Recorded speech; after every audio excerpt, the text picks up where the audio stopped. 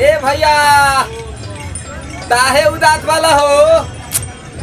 का कोही रे देखना बड़ी लाइन लागल बा। लाइन लगल बा तो दा ना तू है भिरिया में दल चढ़ा दो। उजा जल चढ़ता कि भांग चढ़ता?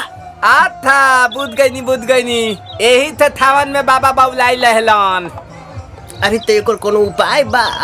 बानू इनता ते दो थल दली पियावे ते परी। का रे? अब थू ना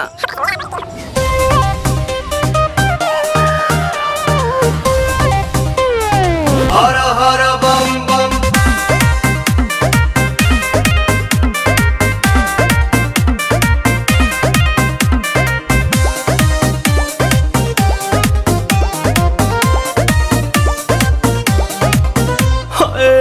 टेंशन में रहतानी काहे भोले दानी अभांगा जा छोड़ दी साफा लइकन के कहल मानी ताजा जलाइल बानी अखिया खोली देख ली ना पीली पुदीना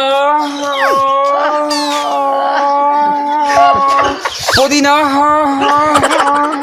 पीली पुदीना पीली पुदीना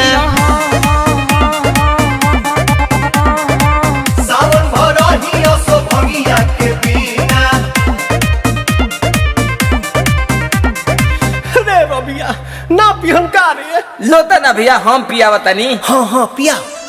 भनिया धतुलावा थोली बतली तवे तदी भनिया धतुलावा थोली बतली तवे तदी ए तबे लतालाई तली बाबा ए तलोते तदी ए तबे लतालाई तली बेलूरा ताता तली जनतानी बाबा रउआ भंगिया के बिना काम न चलेला एको दिन राम तनी का ख्याल करी सेवा के अपना हो चढ़ल बाटे सावन के महीना राम। पुदीना